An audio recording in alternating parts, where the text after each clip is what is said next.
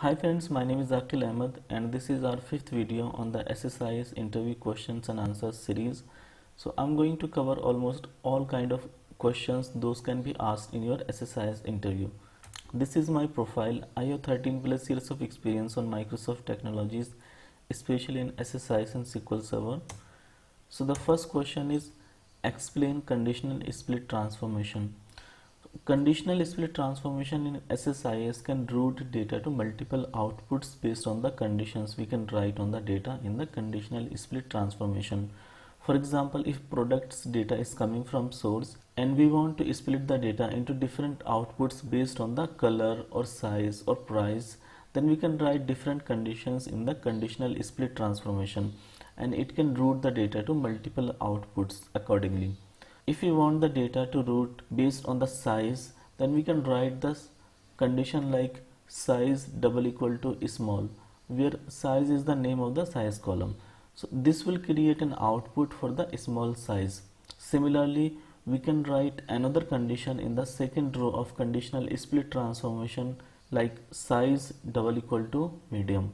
So this will create another output for medium size product and so on. Conditional split transformation also produces a default output. So all the records those does not qualify for a particular condition, they will be routed to the default output. Our second question is what is SSIS catalog? So SSIS catalog is provided by Microsoft for SSIS package and project deployment.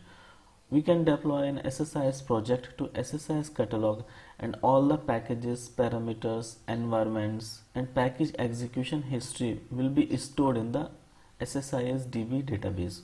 Thus, SSIS catalog is the central point for deployment. SSIS DB is created when we install the SQL Server and it can be accessed from the SQL Server Management Studio. We normally don't use the database objects from the SSIS DB and it is used internally by the SSIS catalog to maintain the SSIS packages and execution logs, etc. We cannot rename the SSIS DB database as it is used by the SSIS catalog. What is the difference between script task and script component? A script task is available in the control flow area where you can put some C# code or VB.NET code and it can execute that particular code. On the other hand, script component transformation is available under data flow task. A script component transformation can execute the code for each row in the data flow. For example, if you got a business logic that you want to apply to each row in the data flow, then you can use a script component transformation in that case. A fourth question is what are checkpoints in SSIS? So checkpoints in SSIS are used to rerun the SSIS package from the same step on which it got failed. For example, if you got a lengthy SSIS package and at step 1 you are loading a very large data to a SQL Server table and then at step 2 you create some indexes and now at step 3 you run some data cleansing script, and if your SSIS package got failed at step 3 while running the data cleansing script and if checkpoints are enabled for the package, then when you will rerun the SSIS package it will skip the first two tasks and will start the process from the task 3. So SSIS achieve this using an XML file. So when we enable the checkpoints, we give the path of the XML file.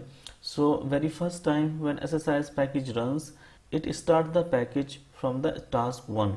And now if suppose it fails at task 3, so it creates an XML file and note down the ID of the task on which it got failed.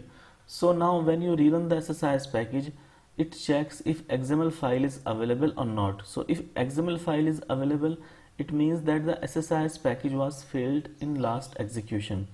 Thus SSIS package checks the task ID from the XML file and starts the SSIS package from the same task on which the package was failed last time. Now after the successful execution of SSIS package, the XML file is deleted by the SSIS package, and now next time when the SSIS package will run again, it will try to find the XML file, and as it won't find the XML file, so it will start the package from the scratch.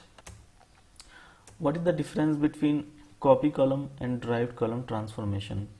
So copy column transformation in data flow task is used to create a copy of a column. On the other hand, a derived column transformation in data flow task can be used for a lot of different tasks, including creating a copy of a column. A derived column transformation can be used to cleanse the data. It can merge two columns to create a third column. You can alter the data based on different conditions in derived column transformation. You can also create a new empty column in derived column transformation. On the other hand, a copy column transformation can only be used just to make a copy of an existing column. Thank you guys for watching the video, and if you like the video then please click the like button.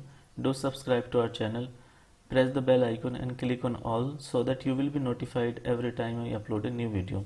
Thank you so much.